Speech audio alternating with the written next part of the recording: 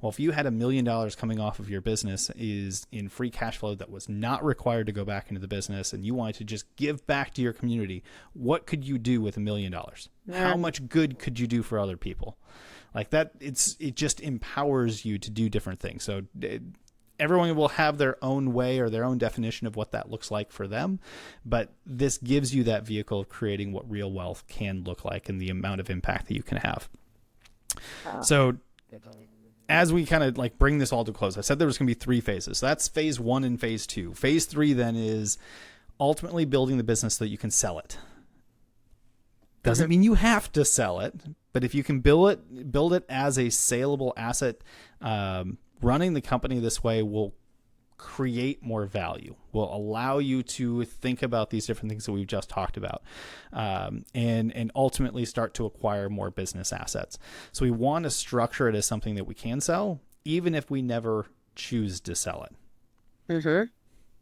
I think that's a big differentiator there, because I think that's where the fear comes in for business owners. Like, oh, I have to exit. Oh, I have to sell. Well, just be prepared to sell, rather than, that doesn't mean you have to you have to sell your business on this day. Like, I think that's a great, because I get caught up in that mindset. It's like, oh, I'm building because I have to sell. No, just build it so you can.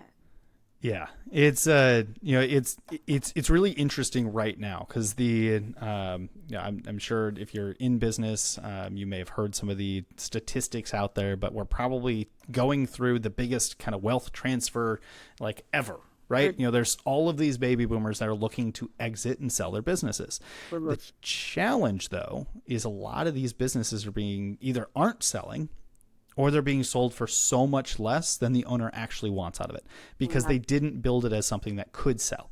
So now you're stuck with this business that's fully required for the owner to be in it, and half these businesses are closing down. Something that's near and dear to my heart is looking out at Main Street communities, downtowns, things like that, and just seeing businesses close that have been on on that street for 30 years, and they're just closing because nobody really wants to come in and take over something that they have to go into and operate every single day, because the business was built as a job, not as an actual business. So it is important to think about that, right? We're all going to exit the business one day, whether it's by our choice or not. Can't take it with us in the afterlife. So, we have to kind of recognize that one day the business is going to transition to closure, transition to somebody else, sell it, whatever it is, something's going to happen, right?